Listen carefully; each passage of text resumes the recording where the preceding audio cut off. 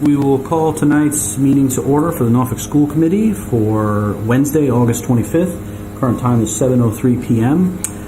In accordance with the Governor's Order suspending certain provisions of the Open Meeting Law, General Law, Chapter 30A, subsection 18 through 25, relating to the coronavirus emergency outbreak, the August 25th, 2021 Norfolk School Committee meeting will be held at Norfolk Town Hall, 24, and shall be physically closed to the public to avoid group congregation. Alternate public access to this meeting shall be done through NCTV. This application will allow users to view the meeting.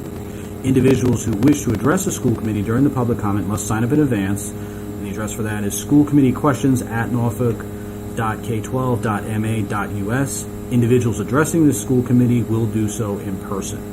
And as we start out every meeting, we read the mission statement, which is: the Norfolk Public Schools offers a safe, joyful, and challenging learning environment that meets the needs of our diverse students.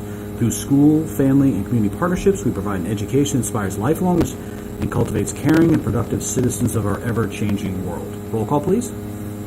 Sarah Ward, Shannon Meneses, Medora Champagne, Thomas Doyle. Victoria Soldano. Jennifer Wynn. Ingrid Alardi. Okay. All right, so we will start out with public comment. I've got two folks that have indicated they wish to speak. In addition to that, we have 3 emails that we received that we're going to go over. So I will read through the emails first, and then we'll go through the other folks. Just a reminder for those folks that have signed up, please state your name, where you live. You've got 3 minutes in which to make your point. It's not intended to be a give or take with the school committee. We'll certainly listen to what you have to say. We may discuss it separately, but it won't be a conversation necessarily back and forth. So I just want to be aware of everyone to be aware of the basic ground rules with that. All right, so first email is from Elizabeth Thompson. Doesn't give her street, but I'm unable to attend the meeting, but would like to submit a public comment for review by the school committee. I know that everyone that serves in these roles to ensure the best education for students in Norfolk, and that doesn't extend to academics. That doesn't just extend to academics, but to their social, emotional learning and citizenship. Not ensuring that students and their families are as protected as possible from COVID by passing a mask mandate is part of the responsibility of the committee. The science is clear that proper protection, including masks, are key for preventing the spread of COVID. You only have to look so far as the thousands of students that have gotten COVID already this year in Georgia, Florida, Louisiana to understand that not requiring masks is jeopardizing the health and safety of our community and the most vulnerable in our community. Students will be fine and will enable them to be in school more because there will be cases and the spread will be exponential without masks. Please continue to make safe and smart decisions that will affect thousands of people. Next person is Kristen Stacy from Shirley Lane. Wishing all of us a nice summer and thank you for the time you're putting into reopening. My only question is that I hope are answered next week, tonight, involve the protocols regarding illness, close contacts, quarantines, and how you will continue to educate students if they're not allowed in school. If you like specific questions, I'm happy to type them up, but the gist is what happens when school students can't come. Thank you for your time, and it's another difficult startup, though hopefully not as tough as last year. And then our final email, a little lengthier, but it's from an Allery, and I apologize if I don't do this name correctly, Braitsch, which is B-A-I-T-S-C-H. My apologies if I'm not pronouncing it correctly. I am ready to express my support for requiring that masks be worn by all members of our school community and guests in our schools. Additionally, I believe it's critically important to maintain distancing between students during unmasked times like lunch and snack periods. Universal masking and distancing during unmasked times will support our efforts for consistent, uninterrupted in-person learning, a goal that we've worked hard as a community to attain. The science supports continued masking and distancing measures as we continue to navigate this pandemic and work together to protect our unvaccinated children. We are seeing pediatric cases rise as students return to school across the country, many in areas not requiring masking. Mask wearing, social distancing, hand washing, and increased sanitation measures have proven effective in limiting the spread of COVID-19, in turn protecting our children and those they come in contact with. Some of these children go home to immune-compromised persons or are part of at-risk communities. To remove masking and distancing mandates for our students is putting those community members at an unnecessary danger of contracting COVID, particularly with all that we're learning with the emerging variants. It also paints a picture to those communities that we are not willing to do our part in protecting their health. This pandemic requires that we all do our part in supporting the health and of every community member. It's illustrated just how connected we all are. I have heard arguments supporting removing mask mandates in our schools and return to pre-pandemic densities and settings, as I'm sure you have, and I find they lack in common sense and scientific backing. I miss seeing my kids' faces and the faces of their friends too. I don't like not seeing their smiles beyond their eyes either, but it doesn't outweigh the benefit of wearing masks and protecting our children and others in the community. My family continues to wear masks in public settings, limits contact with other families, and only has contact with families following the same safety measures we adhere to and avoid large gatherings. We're tired too. We're over dealing with COVID and what it's done to our lives, but we're not naive enough to believe that we can simply flip a switch and go back to how we lived prior to the pandemic, or ignore the risk to our family and community if we were to drop these safety measures. COVID is not done with us, and to drop our guard now, I think is what to say, is counterproductive to our goal of getting back to normal, keeping our kids in school safely. Thank you all for your efforts. So those are those emails, and then, so first in person is, I apologize for the handwriting, is Cheryl, first person that's up speaking? Oh, I'm representing the Board of Health. Okay. We were asked to join. Okay, I don't know if it's, and Andy, I don't know if you have anything you want to add as well? Oh, okay, well that simplifies things greatly. All right, so no further public comment beyond that. And that also is our correspondence. All right, so our first thing up tonight is MSCA. Oh my God, I give up. The delegate, the annual convention that goes every fall. I think it's 3 days. So we need to, and I think if I'm recalling correctly, in the last few years we've had a couple different people sub in different days. Is that correct? That is correct. And then on the last day of the conference, any changes to bylaws and things like that, so we need to appoint one member who would be the voting member should they attend the conference to participate in those. And the dates of it are again are what? September 3rd to 6th. Is that right? Yeah.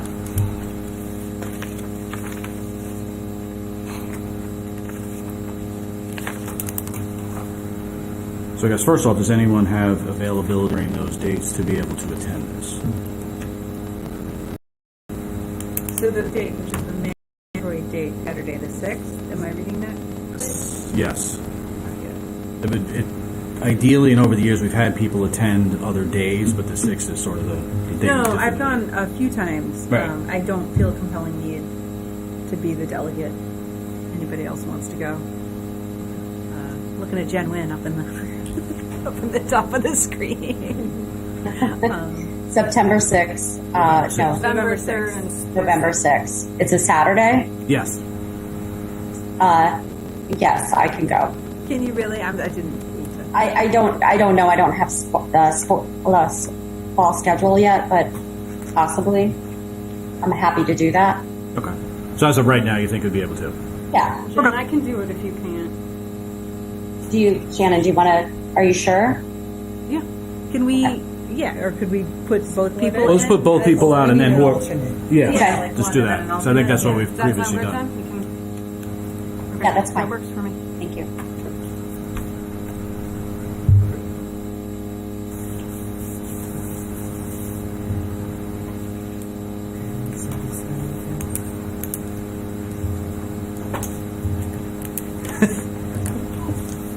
All right, so that's off the schedule. Next up is a little bittersweet. Retirement recognition for our friend Pam here. She is, and over the years that I've been here, the only school-related person has her own meme related to school closings. Wait a minute, I haven't seen this. It is absolutely fantastic. And that's actually, we failed. We should have had that up. It's if there was a snow closure, it's hi, it's Pam calling from there, and then it's Drew Barrymore from Scream, and it's absolutely fantastic. But she's known for more than that, which I will not get into. But she is still the only I'm gonna need meme that person. texted me so that can be your ID on my phone now. It is absolutely glorious. So Pam, also known as, well, leading into this, nice segue, voice of the Norfolk Schools informational notifications, began her tenure at the Norfolk Public Schools on June 25th, 2012, when she hit the ground running, just into the grand opening of the brand new Freeman Kennedy School alongside our new superintendent at the time, Dr. Alardi. Mrs. Kinahan had a long and impressive career in the role of administrative assistant. She began working for Government Housing Authority up until the time she had her daughter, Brianna. Once Brianna was in preschool, Pam began volunteering in the Foxborough schools, where they recognized her skill set and allowed her to evolve into an administrative assistant for the principal of the IGO school.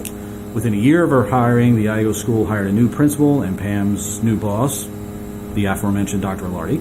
Pam and Dr. Alardi continued to work in Foxborough as a team for the next 11 years until Dr. Alardi became the superintendent here. It was only logical Pam transitioned to Norfolk, with Dr. Alardi serving in the dual role as executive assistant to the superintendent of Norfolk schools and recording secretary of the school committee. Pam has faithfully served her role for 9 years, making it a total of nearly 20 years that she and Dr. Alardi have worked together as a team. Pam has been a colorful and dedicated employee with a razor-sharp wit, that's true, and a widely funny sense of humor. She is helpful, has been seen over the years serving lunch, working in the principal's office when shorthanded. Kind and caring soul, is also deep committed to her daughter, as well as her daughter's dog, who's here visiting with us. Pam will embark on an exciting retirement near Myrtle Beach, South Carolina, with her fiance, George. George also in the crowd tonight. There, she and George will enjoy walks on the beach, lengthy bike rides, lovely dinners, traveling to Aruba, a little jealous, visiting friends, spending time with Brianna and her dog, Brinkley, and George's golden retriever named... Okay, yeah, sure. It's also a sure bet that one will also see Pam browsing around the local clothing shops. So congratulations to Pam, and thank you very much for all your service, and in particular to service in Norfolk Public Schools.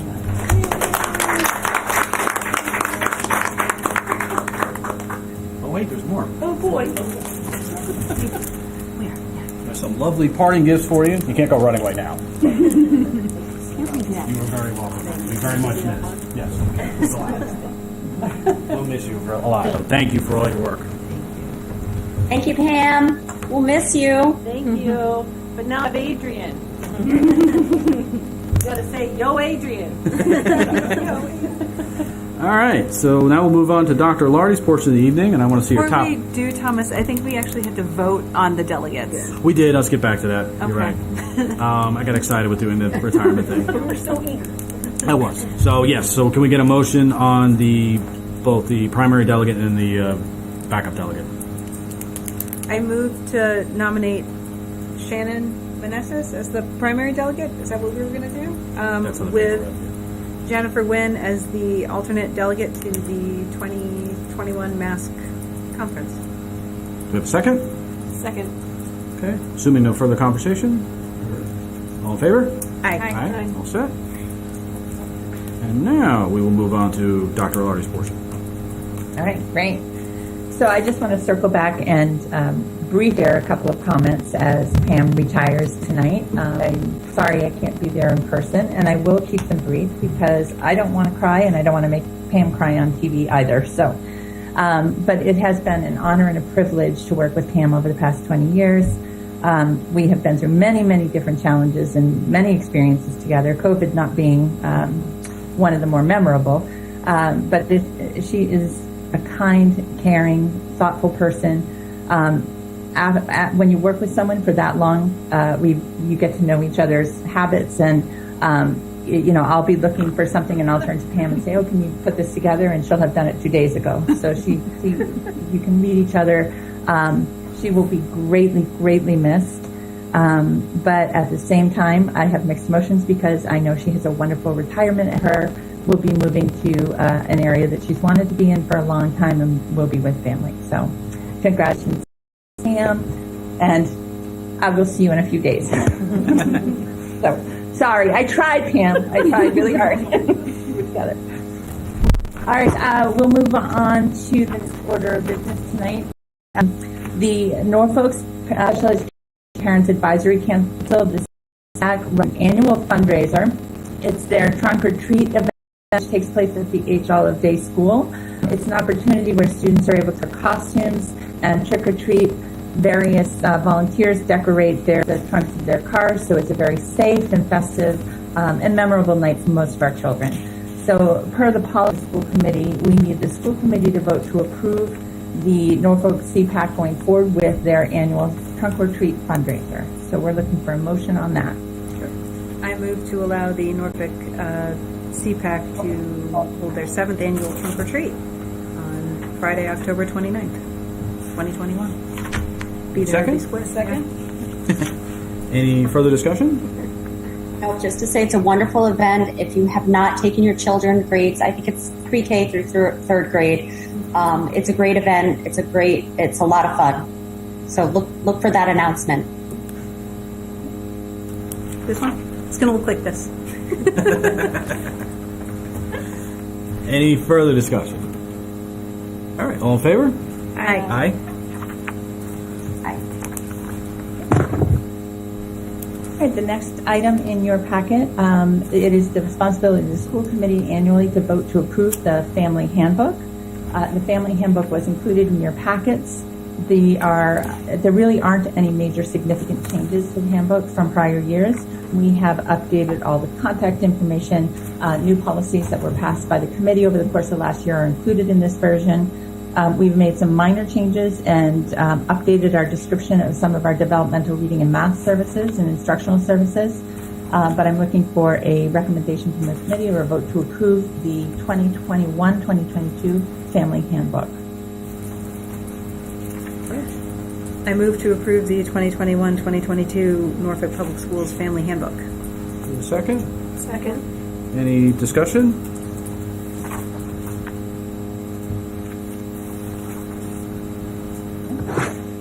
I guess the only general question I have is whether, and I don't think we did this last year, and I understand it's a further discussion point going on, should there be any provision in here regarding masking? Should it be reflected in here somewhere, or that's captured elsewhere? It is captured in our current policy that has been shared with the public, and when we go into the safety plans, it will be captured in that, which will also be sent out to the committee once the committee reviews and votes to approve those plans. Okay. I did have one quick question. It's minor. On the bottom, page 5, it says, I don't know if this matters, that the committee meetings are held at the Freeman Kennedy School Media Center. I don't know if that matters.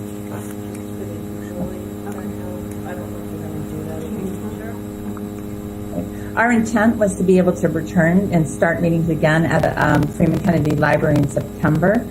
With things changing, that possibly, if the case counts continue and we aren't able to host an audience, then we may have to revise that. But as soon as that order is lifted or it's safe for us to resume meetings in person at the Freeman Kennedy, that is what we will divert to. Okay, great. Thanks. Any further discussion? Okay. All in favor? Aye. Aye. The other in your packet that's the school committee's responsibility to review and approve annually is the conduct. Again, this is a very comprehensive document that talks about our proactive programs for social emotional learning and behavioral health, things that we do to support student success, and it also outlines all of the various kinds of responses that we may put in place to support students when they are struggling with various behavioral challenges.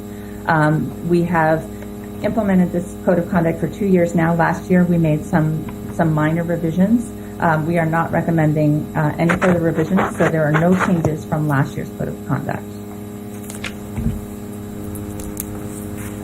So do we have a motion to accept the code of conduct as presented? So moved. Do we have a second? Second. Okay. Any further discussion? Okay. Seeing none, all in favor? Aye. Great. So the more substantial part of the evening tonight, I wanted to take time to review with the school committee all of our recommended reopening safety and protocols and plans for in-person learning. As you are aware, we have as a committee received quite a few letters and emails from parents on both sides of the issue around masking. The Department of Education a couple of weeks ago released guidance, and the guidance was sent to superintendents, charter school leaders, and to local district leaders. The guidance from DESE was intended to be used by districts to inform their safety plans and their policy development. In that original guidance, the Department of Ed strongly recommended that all students K through 6 wear masks when inside the school building. There was some confusion in the public about that, as some parents reading the guidance interpreted that the Department of Education was strongly recommending to individual parents that children be masked, but that is not the way the guidance was intended. It was directed to districts for policies. The department indicated they were going to put out some clarifying language on that so that the public would better understand the recommendations. However, with the changing COVID cases, the increase in cases in the community, the increase in pediatric cases, on Friday the department had a press conference and released that they would be seeking from the Board of Education on Tuesday permission for the commissioner to issue a statewide mask mandate. And that would require all students and staffs K through 12 in districts to mask when inside. As a result of that, the mask mandate was issued today, so this is no longer a local decision or subject to local school committee vote. Prior to that, it was subject to local vote, and we were advised to work with our local boards of health, our school physician, our public health nurses, and our school-based medical teams. It would have been my recommendation to you, as you could see in your packet, that we do implement mask policy for the fall, at least for the first 2 months of school while we reopen and get a better handle on how Delta will impact students and how this new variant is going to and what it look like for us to choose this. So again, with the new mandate that went out was today, it's no longer a vote, and the commissioner's guidance and the mandate does require all students and staff to wear masks when inside the building. As of October 1, middle and high school only will be able to lift that mandate if they meet specific criteria, and that is 80% of their staff and student body fully vaccinated. They are hoping to give more time for people to get their vaccinations or their second doses. Some of our students are still waiting for those. And as of October 1, if you meet that threshold criteria, you will be able to lift the mask mandate. We do not have any guidance yet as to what that will mean for elementary schools. So I just want to caution parents reading that the mask mandate lifts for middle and high school only for fully vaccinated students and staff on October 1st if they meet specific threshold criteria. So that's the first part of our in-person learning plan. We will be requiring all students and staff, regardless of vaccination status, to wear masks while in school. And that will be consistent with the requirements of the new mandate that came out today. There are many other mitigation strategies that we will be recommending to the school committee tonight in order to allow us to meet our goal of keeping all of our kids in school learning in person without having to transition to any kind of remote or quarantining and sending kids home that might be close contacts. Our goal is to keep kids learning in the classroom with their peers and with their teachers to the greatest extent possible. So that being said, in the safety and learning plan document that was in your packet, we are going to continue with our daily staff screening. It's a self-screening that staff members complete prior to coming into work, where they review and ensure that they don't present with any active symptoms of COVID-19. That will continue in place, and we will continue to ask parents and guardians to daily screen their students and to keep students home if they present with any symptoms. We've updated the COVID-19 symptom list based on guidance from the Department of Public Health, and we will be sending that out to parents and asking them to keep students home who present with symptoms of COVID-19. We also have revised our protocols, and we're going to keep in place what we put in place last year as far as our health office guidelines. If a student is presenting in the classroom with symptoms of COVID-19, the teacher will then call the nurse, who will do a phone screening.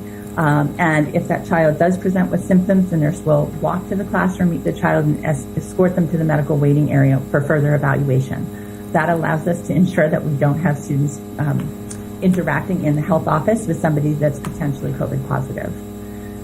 Most minor first aid issues, Band-Aids, cuts, bruises, will be managed in the classroom. And during our fall staff meetings, our nurses will do what they did last year and just review the basic first aid guidelines for staff and make sure that teachers have the materials and tools that they would need to respond to any of those minor issues within the classroom.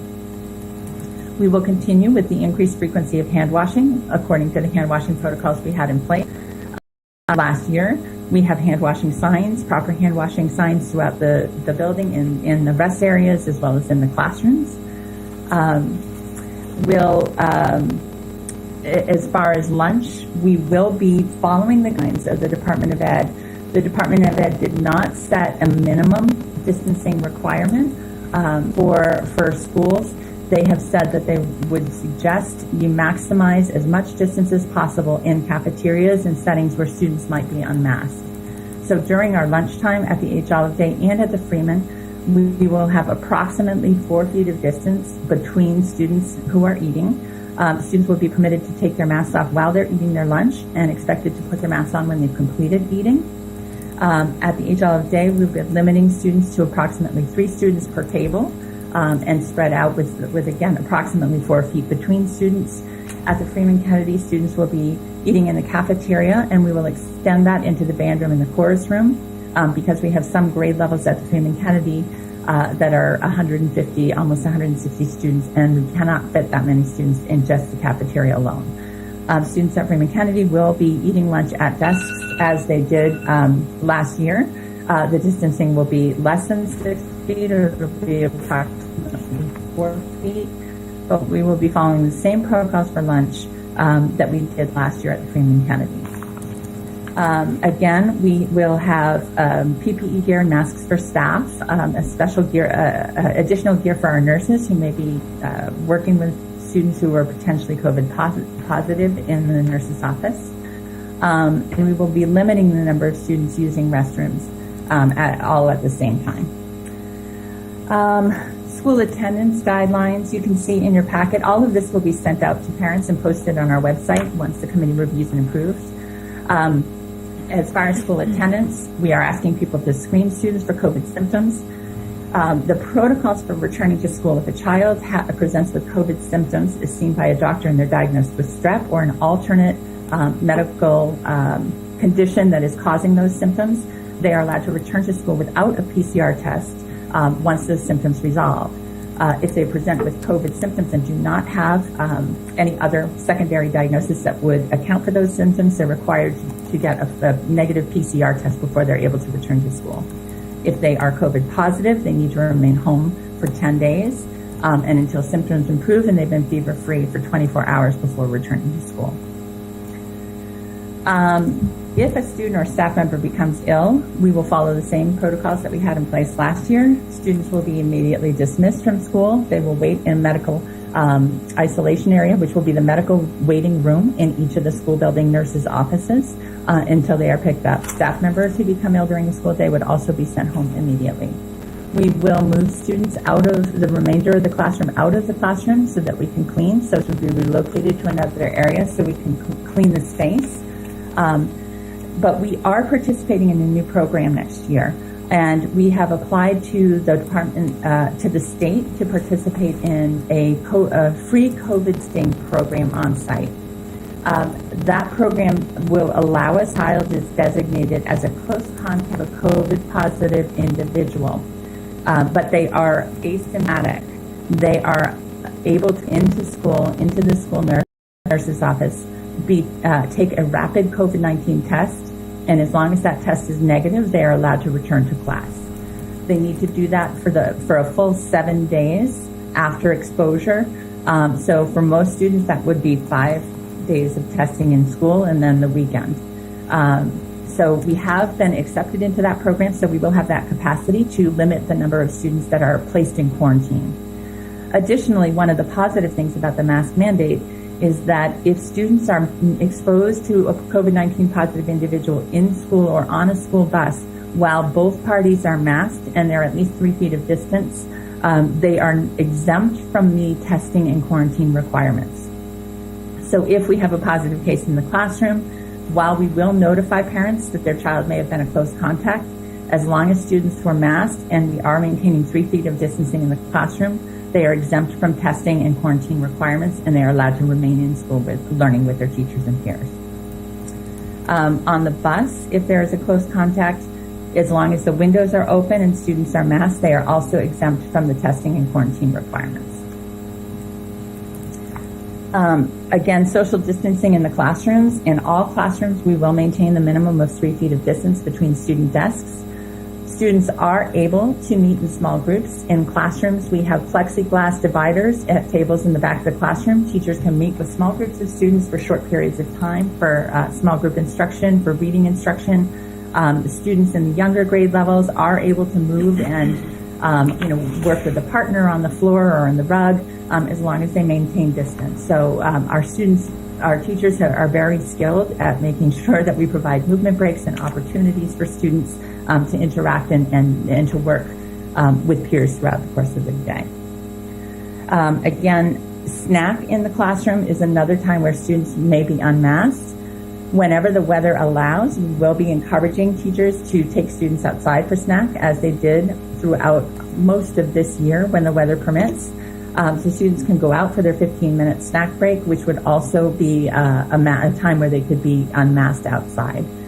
If the weather does not permit, students will eat snack in the classroom, and they will eat snack in staggered groups so that we can maximize distancing between students who are unmasked while they're eating. Transportation protocols. Again, we will require the drivers to keep the bus windows lowered in order to increase ventilation when students are on the bus. Students will have assigned seats in the buses, on the buses, and in the cafeterias. We are required to do that in order to be able to contact trace. Again, if students are masked, they are not considered, they're close contacts, but they're exempt from quarantine. But during lunch, when students are unmasked, they may be a close contact. So we have to have assigned seating so that we can effectively contact trace and meet responsibilities there.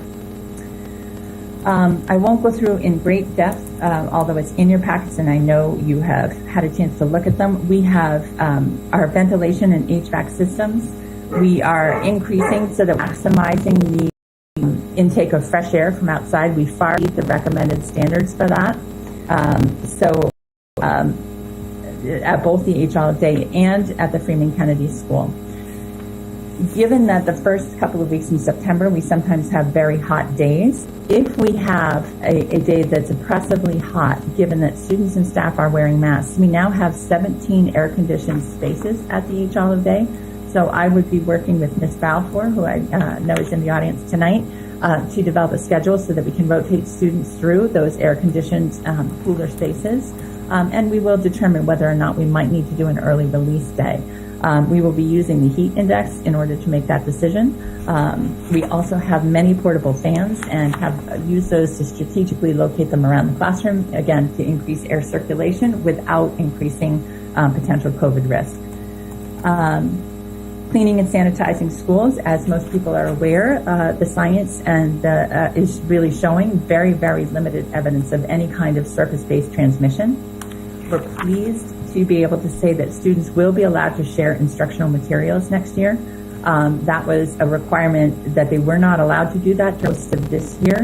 But because we are aware that there is really low risk of any kind of contact transmission through the surface or shared materials, they will be allowed to share materials in the classroom. We will be cleaning nightly with electrostatic spraying with products that are approved by the EPA and we know to be effective in mitigating potential transmission of virus. So that will happen nightly. We will not have the additional custodian that we hired this year with CARES Act funds to increase the frequency of cleaning throughout the day. We still have a full-time custodian on in each building each day. We will continue to address high-touch surfaces and restrooms, things like that. We will be cleaning and sanitizing desks between lunch periods as new students come in, but we will not be continuing to employ that additional custodian as the scientific evidence does not support that kind of level of cleaning and sanitizing is necessary. Other things that we have in place, in your packet, you can see all of our facilities staff have gone through fairly comprehensive training on proper protocols for cleaning and sanitizing and addressing the challenges of the pandemic. You can see a list of the kinds of certifications and courses that they have completed. We will have personal protective gear and materials, hand sanitizers, hand wipes, cleaning supplies available for all teachers in all classes. We will have masks available at the nurse's office, on the buses, and all teachers will have them in the classrooms for any student who may forget their mask or who may have a mask break or anything like that during the course of the day.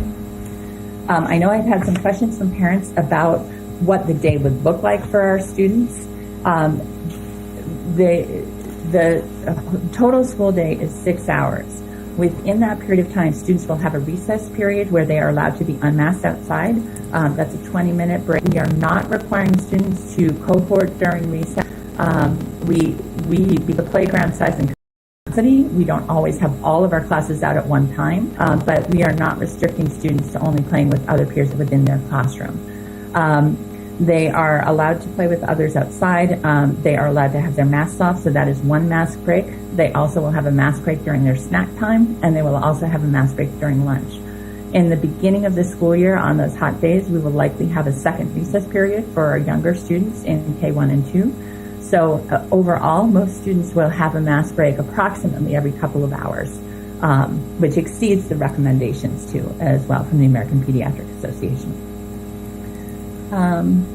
See other things that we have in place. Again,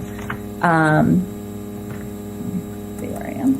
Oh, one other thing that we are going to recommend that is not in this packet, but we will be adding visitors and volunteers to the school.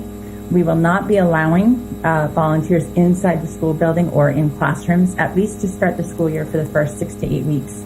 We will be allowing parent volunteers to supervise and support our recess program after lunch, as those are conducted primarily outside.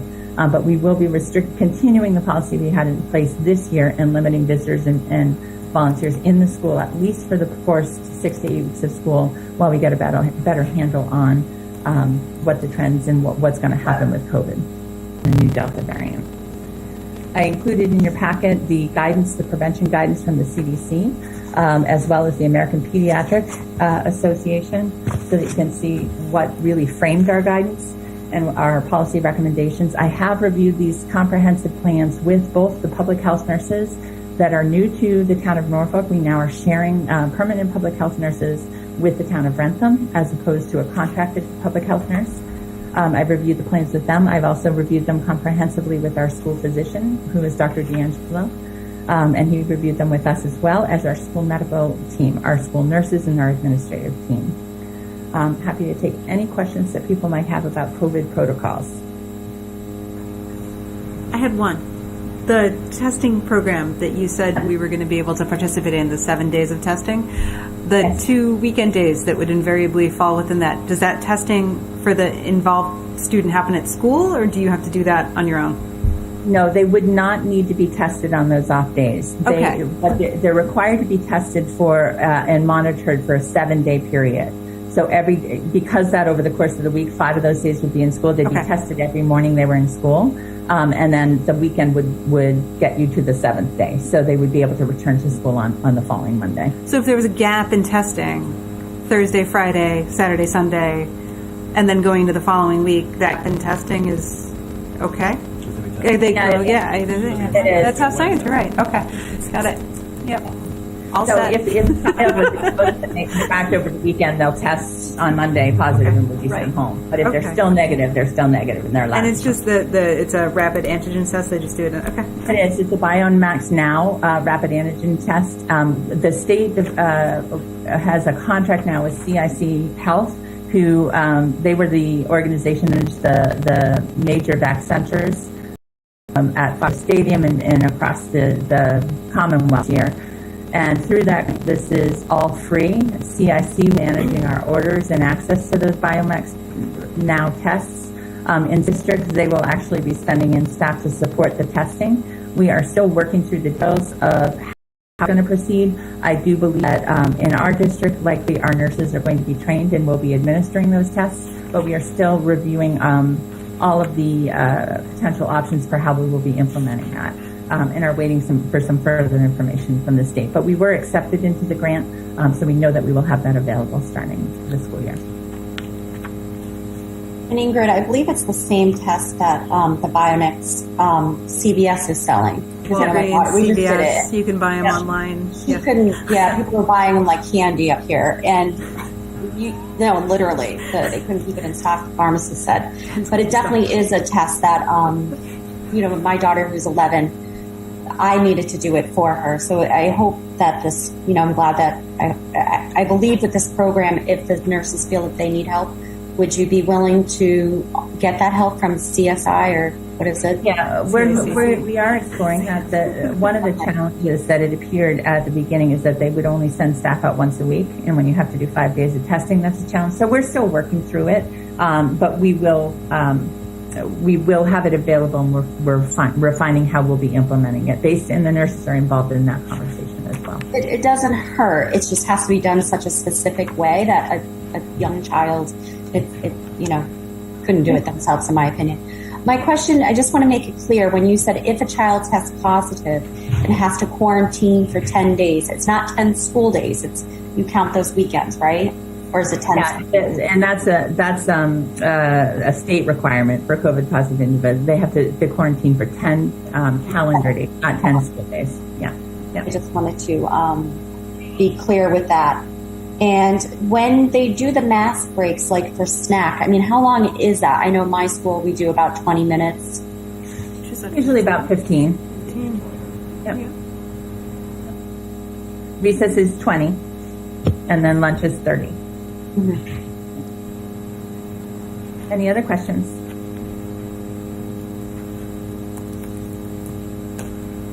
Related to the testing, no, but you know me, I've got a ton of questions. So just to be clear, with the bus, there still will be assigned seats. I'm sorry if I missed that. Yeah, we do have to have assigned seats on the bus. Because again, even though somebody might be a close contact of a COVID positive individual, masked on the bus, they are not required to quarantine, but we have to notify the family that that child is a close contact. So they're a close contact, although they're exempt from quarantining. So we do have to know sitting where and who they're next to, because we're required to contact trace and notify those families should we have a positive case of a student on the bus. Okay. And just to be clear, cohorts are done, which is really great. I saw professionally a lot of social issues last year with the kids not being able to interact and being, upset that they didn't have a great wide range of seeing other friends access. So I'm happy to hear that. Sorry, I'm toggling back and forth between my questions. I'm very happy to hear that they're going to have more mixture, because that definitely, the lack of mixture, had a lot of socials last year where me and the psych team were putting out in our school. So I'm happy to hear they're able to move around and access the playground, so there won't be, Mrs. So-and-so's class signed up for playground A, we're on the field. I know that was that was a disappointment for some kids. So I'm happy to hear that's no longer there. They'll be able to mix and mingle. That's a real positive. And am I correct in hearing one of the things that made it, for me, working in the schools all year, and I was there. I was in classrooms. I did lunch duty. I did sub duty for classrooms. One of the things that really got kids upset, and what I saw escalated behaviors, and the school psychologist did, is the lack of movement. I think it was really hard because nobody, unless you worked in the school, you really didn't see what was going on. And the kids, they had their desk area, they were face forward, and their movement was limited to, the teachers are great, right? Let's do go noodle and move. Let's do a couple of yoga poses every, 20 minutes. But a typical school, you're allowed to go up to the school board. You're allowed to pick a partner, read on the carpet. You come to older kids, you come to lit circles. You're allowed to look at each other in the eye. They just didn't have that last year. And that was really hard for my kids who, have ADHD and whatnot. So what I'm hearing is that with the masks, they'll be able to move around because they won't be considered a close contact without masks. They will have more movement. Again, as I said earlier, we do have tables in every classroom that have plexiglass barriers so that teachers can have small group instruction. Kids can work on the carpet. They need to maintain distance because if they're less than 3 feet, they're not exempt from all of the quarantine requirements. Right. But we have teachers who, I think you probably saw in some of our videos that we shared, in our preschool classrooms, people had hula hoops on the rug, so kids knew what this was, but they could still move around. students can share materials, so they can move to work with a partner for a period of time. They will have to maintain masks and they'll have to maintain distancing. And I think as far as the playground and recess is concerned, students can play with students from other classes. I just want to be careful, though, that people understand we do not always have the entire grade level out at one time. It doesn't mean, so we are expanding the areas kids can play in. We have a field, we have the playground area, we have the blacktop. So we are spreading kids out, and we may not have all of the kids out at one time, but they are allowed to cross. We're not cohorting and saying this class is the class. And I think that's always been that way. Oh, I did recess with Mrs. So-and-so's class. I mean, but I observed and had to work on socially last year for problems where when cohorts of 12 to 20 kids who saw their day in and day out, hours and hours at a time, it didn't go well. So I'm happy to hear that they're able to at least potentially see some other kids and move around. So I'm really happy because that was a big social emotional issue last year for them, cohorts. And lunch, are we having hot lunch? Are we bringing that back? Are we snacks? We had lunch all last year, and it's free, and we again for all students here. It's free. So our students will continue to be able to access hot lunch, and it will be free for all students again through, I believe it's a federal grant throughout the rest of this year. So we'll continue that. Yeah. And one other thing I would say is that these plans that we're recommending to the committee tonight, we will have to comply if additional guidance comes out or if there's changes. At this point, we are not recommending cohorting. We don't believe that that's necessary. However, if we have a massive spike within our community or if different guidance comes out from the state, we may have to revisit our plans. Or if things improve dramatically, we may be able to lift other restrictions. So these are the best plans that we have in place at this time, given the recommendations, again, of CDC, the American Pediatric Association, and our school-based and consulting medical professionals. But again, we didn't anticipate the mask mandate coming out today, and I think that just shows that the Delta variant is changing, and we are going to have to be flexible and responsive should new conditions arise. Are we keeping the district's COVID dashboard? Yes. Okay. Yeah. And what about, I believe a parent wrote in, and I thought it was a really good question. Will there be home packets for those? Because I want to make it clear to the parents, there's no more remote learning. Like if you have to go in quarantine, your child is home. There's no more streaming in. The governor, right. Jesse, said no more. There's no more remote. So that was another reason that kind of, if I don't have to see everybody quarantined and shut down, I'm happy with that. Right. And that was actually one of the things that we really considered in thinking about the masking is that it will allow more kids to be in school if they are close contacts and not forced into quarantine. We expect with the 3 feet of distancing and masking and the exemption for students riding the bus and the opportunity to test, that we will have very, very few students that have to be isolated or quarantined throughout the course of this year as a result of being a close contact. What we will be doing if there is a child that is COVID positive and has to remain out of school, teachers will follow the same policy that we do, when a child has the flu or any other kind of significant illness. Teachers will be checking in with students and families and will provide missed work and will work to catch students up when they are physically able to return to school.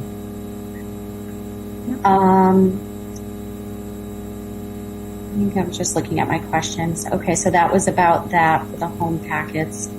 And that's it with related to, I just had a question in terms of, now that I know that we've been in constant talk assessing the skills, the kids and where they're at and what maybe they're a little behind in from last year.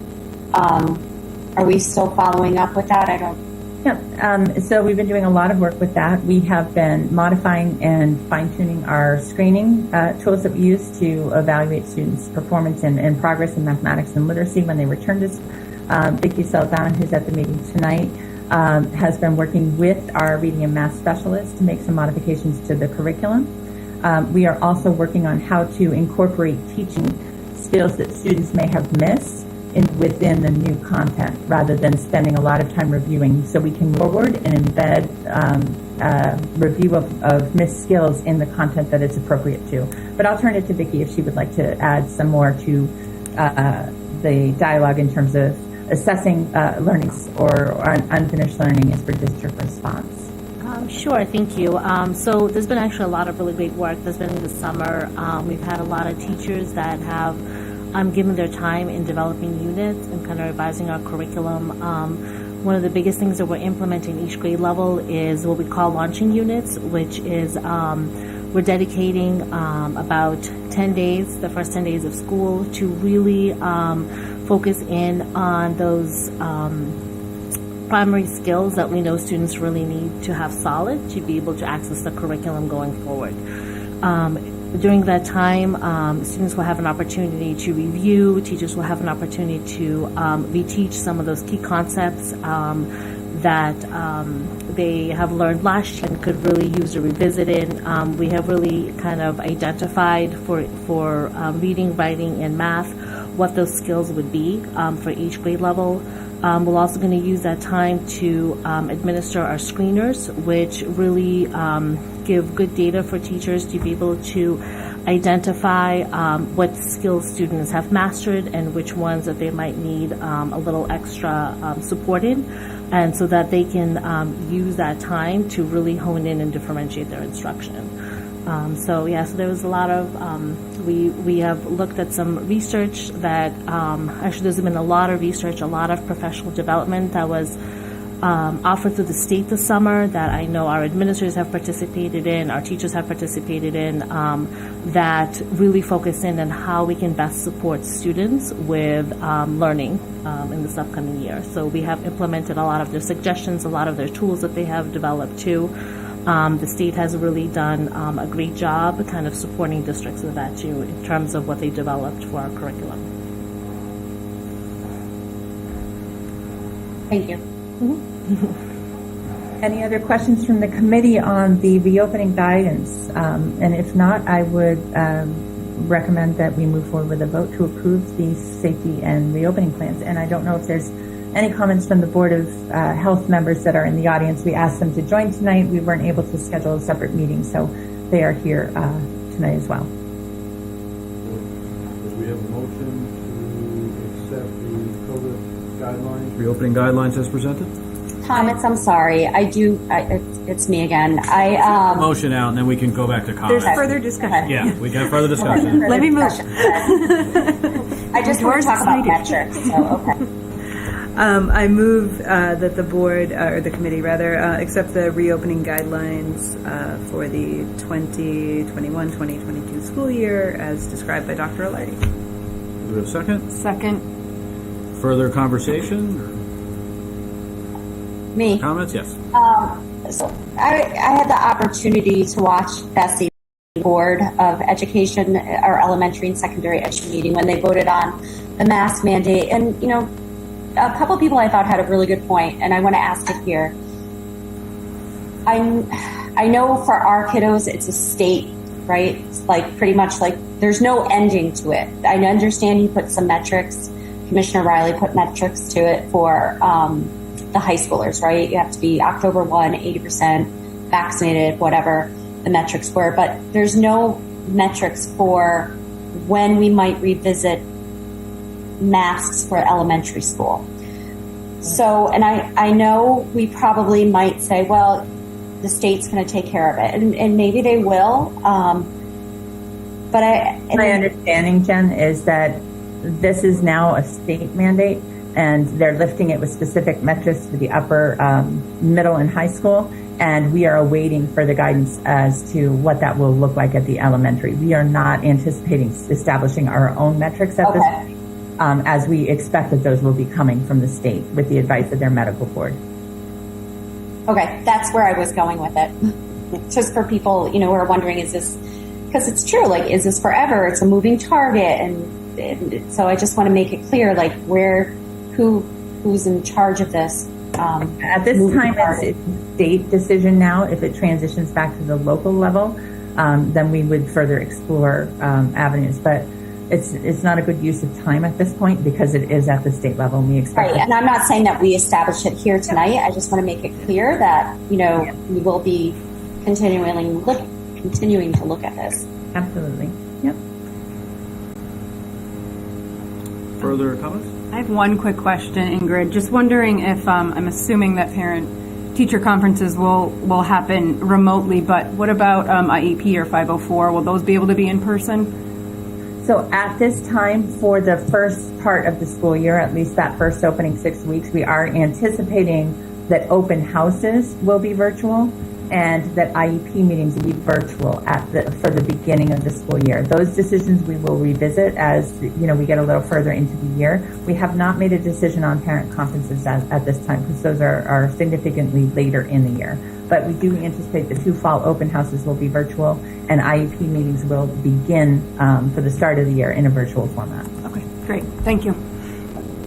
I have a little bit more discussion. So I just want to say thank you to all the parents who wrote in. It's so clear to me that Norfolk has just a really thoughtful, passionate parent underground who just wrote very respectful emails to the school committee and thoughtful and with their reasoning, whether it was, pro-mask, not mask, different protocols in place. I just want to say, for me personally, as your elected person, I really have been thinking about this for a long, long time. I mean, tossing and turning over the last month. And if you had asked me at the beginning of July, I would have said, metrics look good. I even spoke with Desi, the senior advisor to Commissioner Riley, for over an hour at the beginning of August. And, I want to say thank you to the parents who are well for your children, just how wonderful that and respectfully. I'm just so proud of our population, of our town, and how they're handled. And many of you said, just give me a reason. And I'm just going to sum up my reasoning really quick. I looked at many sides, both sides, and I tossed and turned. I talked to Jesse and whatnot. And Jesse had said, if the numbers, they're in constant contact with the hospitals, and if the numbers increase, they would implement a mask mandate. And they did. So for me, it just came down to the increase in counts, but also what I looked at, if you look at the quarantine protocols, really, if you're unmasked and unvaccinated, which is 90% of our student population, you will be considered a close contact. And even if you did the rapid test and stay, and correct me if I'm wrong, Dr. Alardi, which after 7 days you test, you would have to put on a mask. So you would be masked anyway, like you'd have to go back to masking, and it kind of would have defeated the purpose. And you could be potentially at close contact several times during the year if you were unmasked and optional. And at this point, considering the DPH, the state close contact tracing, and we just need to keep kids in school. And that's my why. Like, we need to keep kids in school and have them here, because that to me is what's really critical for their learning and their emotional health. So for me, it just came down to close contact tracing and the extreme difficulty the kids would have going back and forth with that. So I just want to say thank you again to all the parents who reached out. You just were very thoughtful and respectful, and I'm just very proud to say I live here. So thank you. Further comments? No, just one thing that I would say to build on what Jen said is we have heard from a lot of people with very strong feelings on different sides of this issue. One of the biggest concerns that we've heard from parents that with regards to masking is students' social connectedness, students' relationships with other children in the classroom and relationships with their teachers. And I just want to say that regardless of the mask mandate, that is something that we have given significant time and thought and attention to. And our teachers are very, very skilled and have been incredibly creative in ways of supporting and facilitating social contact and interactions among students. And we do have quite a few resources and tools in place to support that as we move into the fall. And we do take that feedback and those comments seriously. So I'd agree with that. I was just going to add, and then I've got another comment coming, but me personally, in looking at this, I mean, yes, the state took the decision out of our hands, and that's fine. Even if this had been left to our own devices as a committee, I would have been in favor at this point, given what we're looking at, of a mask mandate. That isn't to say, and I understand and I agree with many of the concerns, pretty much all the concerns that the folks that wish there weren't a mask mandate are raising, because their concerns are perfectly valid and they're grounded in science as well. So there is a detrimental effect to the mask, but unfortunately there's a far larger detrimental effect if we don't do this. So we don't really have an option. So that all being said, what I do like is that this plan offers us maximum protection, also offers us flexibility. And now there's all none, as we discussed ad nauseam, any number of unknowns that are coming out. I've seen things where there's an expectation, despite our high vaccinated status in the Northeast, that we're going to see our own Delta spike. So I think that makes sense that we get ahead of this a little bit and potentially control that or prevent it to some degree. I've seen some reports indicating that in the hard-hit southern states where it's potentially plateauing and starting to edge down. Great. I hope that's the case. So I do like the flexible aspect of this that the state has presented us, and that we'll obviously follow. And ideally, this is a sooner rather than later, where we can get back to whatever normal ends up being, put that in air quotes. But I also kind of look at a glass half full situation. Last year at this time, we had no idea how far into a school year we were going to get. I mean, a vaccine at that point was sort of a mythological event. And now, look how far we've come. Look we got through the school year last year. Fits and starts, I understand that, but we kind of got in a roll by the end of the year, and thanks to everyone that was here, the students, parents, we did it.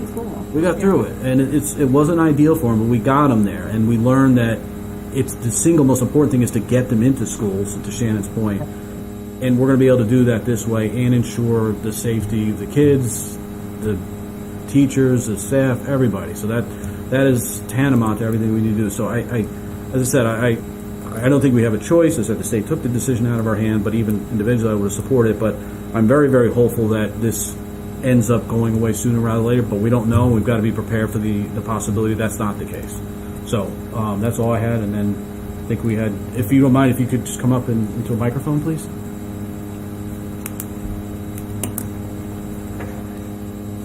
I'm Cheryl Dunnington. I'm on the Board of Health, and last year looking at the plan was, like you said, we didn't know what was happening. I'm also a registered nurse and had to live through COVID also in a hospital.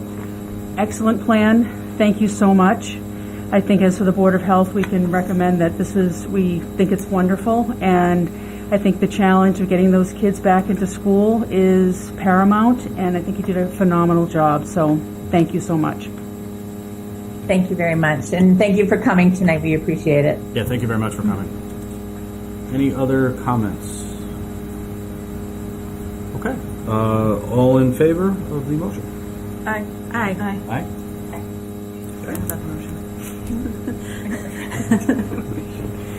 All right. Putting school update things next?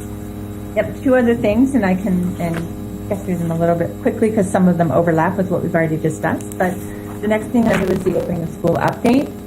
As you know, and have just read, we spent a lot of time this summer reviewing research, developing our plans to support a safe school reopening. As Vicki talked about, also looking at our curriculum, how we're going to assess potential unfinished learning areas, and how we're going to support students in closing learning gaps. We held several professional development programs for staff throughout the summer on executive functioning and supporting students post-pandemic.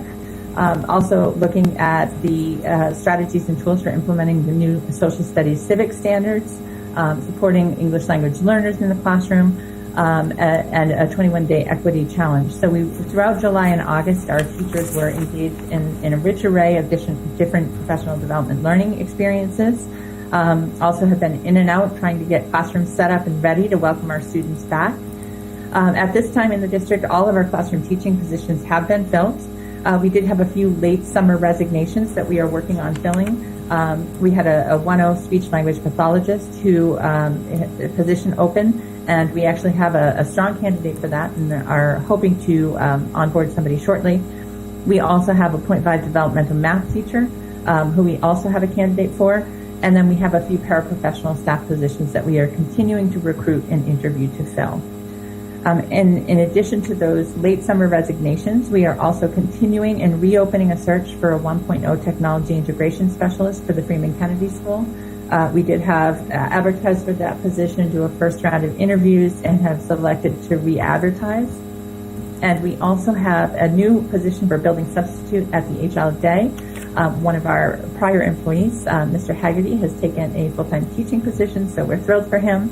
But we will be looking for a building substitute for HL Day and a special education substitute district-wide. We also have a couple of openings in our food service program and are looking for individuals interested in working part-time hours in both of our school kitchens. And we are working on filling those last openings. Our technology team worked really hard this summer. As you are aware, we had to collect back 1,000 student learning devices. All of the equipment that was sent home had to be inventoried, cleaned, reprogrammed, updated. We had quite a bit of new technology equipment come in, replaced some smart boards and projectors in different classrooms, repaired damaged equipment, and I think that we also have to roll over all of our student accounts. As far as technology, we're in great shape for reopening. One of the things I just wanted to highlight for the committee, because I think it's important, we have enrolled a significantly higher number of new students this summer than we have seen in the past. We've registered 18 new students at the Freeman Kennedy and 23 new students at the H. Olive Day School. And again, when we looked at the space study and the projections of class size and the projections of the number of students we've had at each grade level, we were tracking slightly low in a couple of grades compared to the NESDEC projections. With this significant enrollment, we're pretty much tracking where we were expecting to be. So I wanted the committee to be aware of that. We held new staff orientation today for all of our new teachers and assistants that were hired, as well as some new substitutes to the district. That was facilitated by Linda Balfour, Lisa Alden-Hickey, Anna Tupper, and Michelle. So thank you to those individuals, as well as our technology team. Roxanne Bordeaux also supported new staff orientation and went over benefits and information that our new hires would have. We have our day scheduled for Monday, August 10th. That day is going to be opening comments, and we have a keynote speaker. It's going to be held the initial part of the day at the KP Middle School auditorium. And all of the committee members, should you be interested in attending, are invited and welcome to join us for our opening day on Monday. And again, Matt Hafner is here, as I believe in the audience as well. The facilities department did a fantastic job this summer. They've done a lot of work around this, not just cleaning and maintaining schools, but also grounds work. And I think all of the buildings are in fantastic shape and ready to open. I know Matt took anybody who is interested in a tour of the buildings today, so you got to see firsthand the incredible work that his team has done. So we are in good shape to open, and I'm happy to answer any questions you might have about our reopening status. So that was a net 41 new students into the school district? Yeah, almost double what we saw last year. So 2 full classrooms worth of children came into Nearly. the district, basically. Okay. We usually see about 23, 24. So, I mean, it's common for us to have new students come in, but this is markedly higher than we've seen. Foreshadowing the need for a And possible a expansion. majority of those were at the Right. HOD, where we're already exceeding Space capacity, right? Correct. Okay. Well, 18 and 23. Yeah, 23 at HED. Dr. Lardy, did we still lose the computer room like last year? Did we lose the art room or the music room? Did we?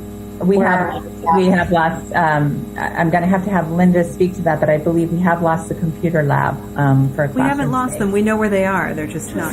Utilized as intended. It's just Linda, you're in the audience. So that is the computer room is a classroom for next year. Is that correct? Yes, it's a second grade classroom. Yeah, great. Yes, for those that didn't hear, so second grade classroom is what Ms. Balfour indicated. I was just repeating. I don't know if they got a chance to hear you or not. Sorry. And, last year it was the speech and ELL room anyway, so we didn't have a computer room last year either, but that was because we had to spread out. Right. Okay. Any other questions on the reopening? I just want to say thank you to Matt Hafner and his team. They always do a great job with fixing things, improving things. They did. Everything. Matt gave Shannon and I a lovely tour of the building and facilities before the meeting tonight, and everything looks, as it always does, amazing. I wish my house was kept in meticulous of order. Very impressive. Very tight ship. Yep. So excellent work, Matt team. And then the last item we have under me tonight is a facilities rental. Last year, due to the cleaning and sanitizing requirement for COVID, we closed facilities rental to the public, and we didn't rent the facilities to any outside groups. Given some of the new information and the reduction in cleaning requirements, although we still have to sanitize and disinfect, we are recommending to the committee this time that we continue to suspend building rentals throughout all. However, that we allow, we provide approval for Norfolk Rec only to hold their programs. Norfolk Rec provides services and programs for our students, pre-K through 6, and they were great partners with us last year to support remote learning centers for families who need them. And so we would like to open rental to the Norfolk Rec programs, with the condition that they comply and adhere to all the school committee safety, health, and protocols. Matt, do you want to share anything further with that? Matt has declined that invitation. All right, so do we have a motion to accept the facilities program as described? So moved. Second on that? Second. Any further discussion? Oh, wait. Wait, Matt's Further raising- discussion, Matt's breaking news from Matt, hand yes. up. Wait, can you come to Mike so we can hear you, if you don't mind? Sorry. Get your steps in. I also can't see you. Just to clarify, are we doing it for all of rec programs or for the child age rec programs? Oh, you took my question. That was my question. It said right here, if you read, program participants consist of HOD and FK students only. Just want Need some aloe down there? to clarify that. He has the same question. Yeah, Matt, Ann Proto has requested that we consider 2 evening programs for adults. I do not know that they would be interested. It's men's basketball and pickleball, maybe. But I'm not sure with the masking requirements whether the rec department would be interested or able to pursue those. So I would recommend to the committee that we grant the rec department permission to access the facilities rentals as long as they adhere. Most of their programs are early childhood, and again, should they be able to comply with those requirements, I think we could consider evening programs. So to be clear, there is an opportunity for me to get smoked on a basketball court by 35-year-olds if I so choose to. If Norfolk You Rec can is come to okay my with house that. anytime, Thomas. I got a court out front. I have one in my driveway, but I'm now the oldest participant in the Thursday night basketball, so I'm okay with not embarrassing myself. I'm fine with that at this point. But so that could be up to Norfolk Rec, I guess, is actually my question. It sounds like that's a possibility. Yeah, I believe we had updated that in the memo, and the revised version didn't make it into your packets, so I apologize for that. I can only deal with Spoke with in front of me. the rec director at length yesterday. We were discussing what they were looking to do, and the one that seems like it will be the pickleball because it's instructional and it's not high intensity, and they're socially distanced. You haven't seen these basketball games. They are not high intensity. A lot of hamstring pulls and I have ankle ankle sprains. sprains. No, that's fun. No, I'm kidding. But again, they provide a critical service to our schools, and they were incredibly responsive last year in providing 100%. All joking aside, I wholeheartedly support this, even if it includes 35-year-old men playing super aggressive basketball in masks. That's fine. The rec department, we would have been completely sunk without them last year. It was amazing how they pulled through on really short notice to provide the learning centers. And I know that oftentimes in years past, when the after-school rec programs for the school-age kids would run, they provided a great alternative to committing to SAC and aftercare for your kids if parents could get into those and have a little bit of extra time by having their child go directly from school to one of the programs. My family always utilized those quite a bit, so I would be thrilled to see them return. So completely support it. To the evening programs, the reason I feel comfortable with REC is because we have a close relationship and they're very responsive to any concerns that we have. They will ensure that the protocols are followed and adhered to. They will clean up as they leave the space. It would really only be accessing the gym, so it's limited and contained. But I'm confident that Ann will ensure that all of the safety protocols are adhered to while they're accessing and using the building. And REC has been using, for some of the summer programs, they've been using the building as well, right? Yes. That's who I was dropping my children off to last week. Yes. Okay. Picking them up. Any further comments or questions regarding the motion? Okay, seeing none, all in favor? Aye. That's all I have for tonight. All right. Thank you, Matt. Thank you, Ingrid. All right, so moving on to committee reports. King Philip? I don't know why I'm always surprised when you call me first. They're in numerical order. Number one did say King Philip. Some of this information has changed with the Tuesday vote, but I will just give you some background that Paul gave us about other districts before the vote on Tuesday. In regards to masks, on the South Shore, 2/3 of the districts were already leaning towards masks being optional. In the Hvac, most were leaning towards a mask mandate. In Tri-County, it was two-thirds of the schools were leaning towards the mask mandate, so that's all sort of moot now, but I want to get the information to you guys. As you heard, virtual learning will not count as a school day this year.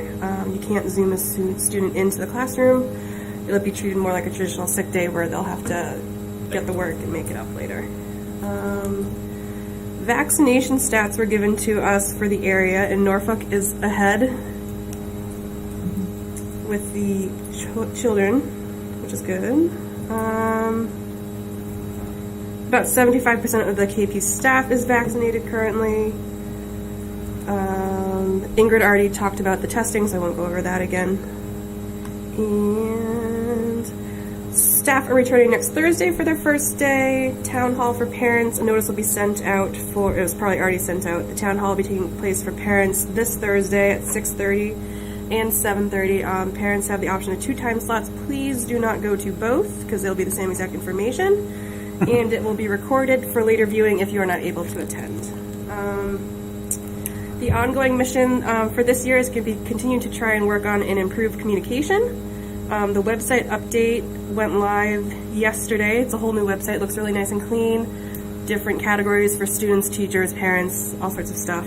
We got a nice presentation on that. Communications will go onto the website, the Facebook page, all the social medias. And as I said, different categories, including athletics, food services, transportation, and more.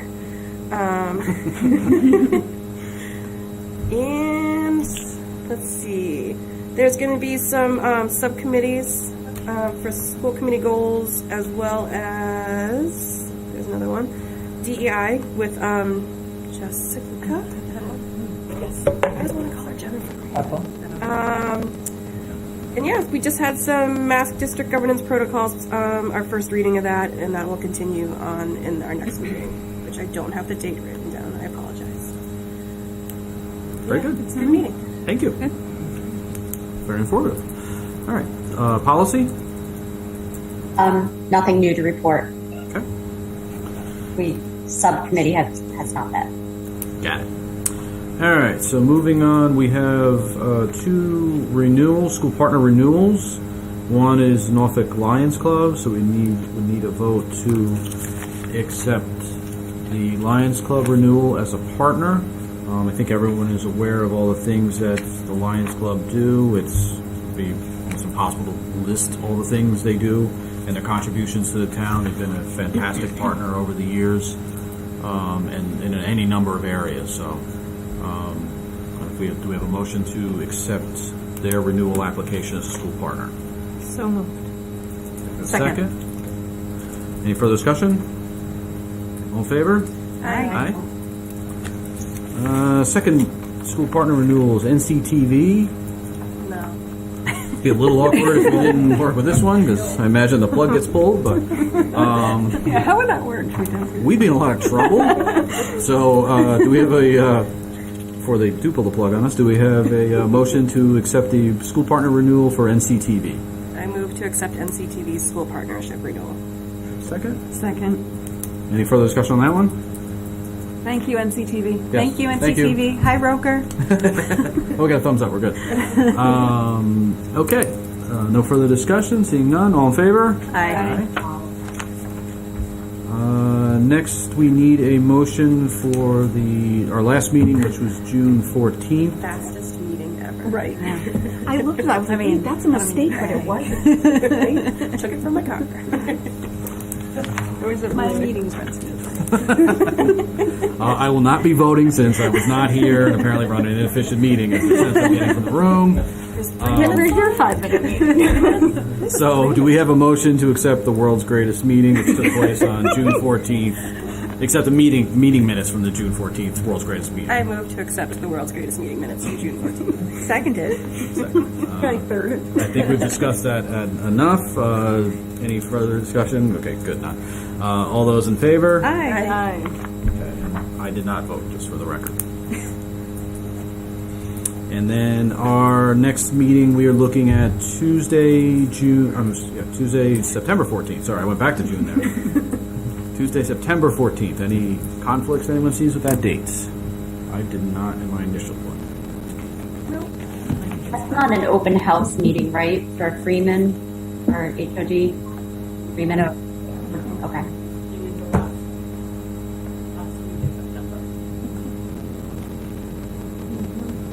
I'm good there. Oh, show my calendar here. That's the only open house I get to go to this year. Sorry, I'm just putting this in my calendar, so I don't miss this.